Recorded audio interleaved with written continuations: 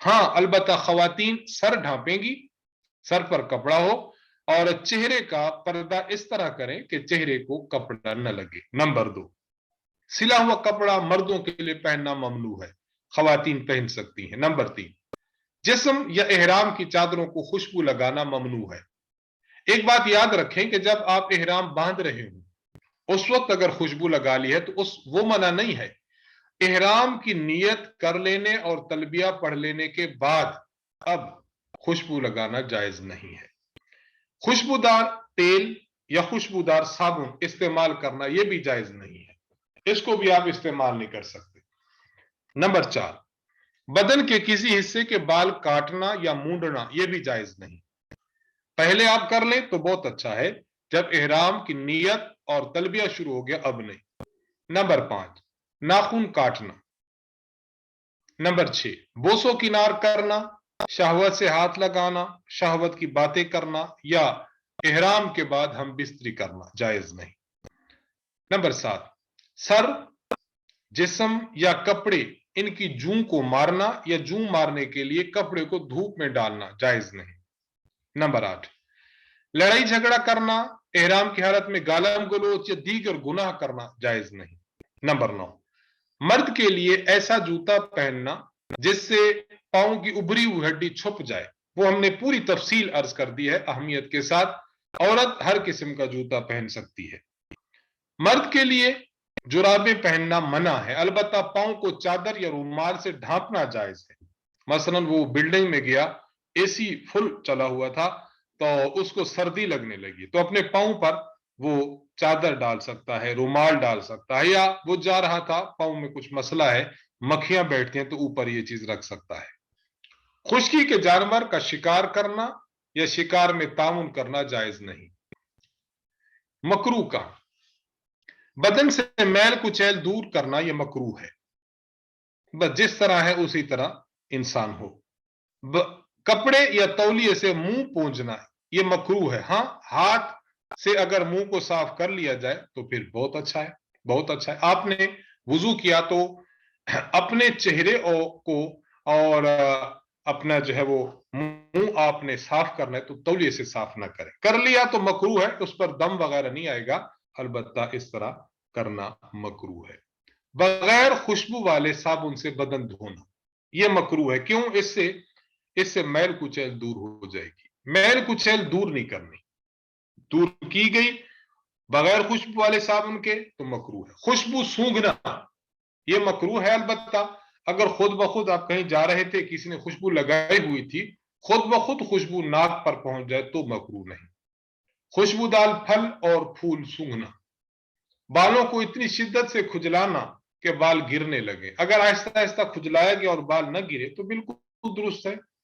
سر اور داڑھی کے بالوں میں کنگھی کرنا، کنگھی نہ کی جائے۔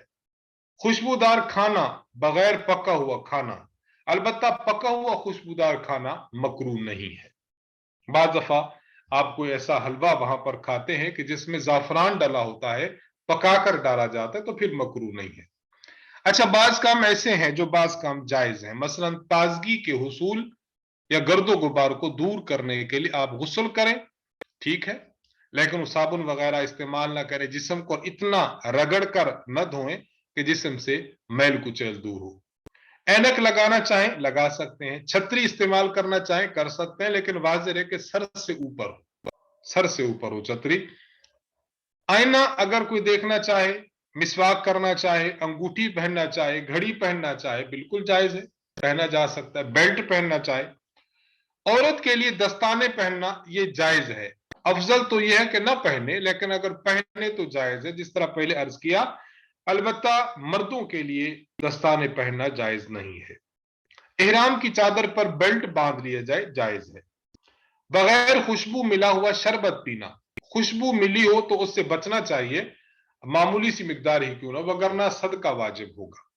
موذی جانور، مثلا آپ کمرے میں تھے، سانپ نکل رہا ہے، بچھو ہے، بھیڑ ہے، کھٹمل ہے، تو آپ ان جانوروں کو مار سکتے ہیں، باقی آپ شکار وغیرہ کسی جانور کا نہیں کر سکتے کہ وہاں پر یہ آپ کے کمرے کے قریب کبوتر آن بیٹھا اور آپ اس کو مارنا شروع کر دیں، یہ جائز نہیں ہے۔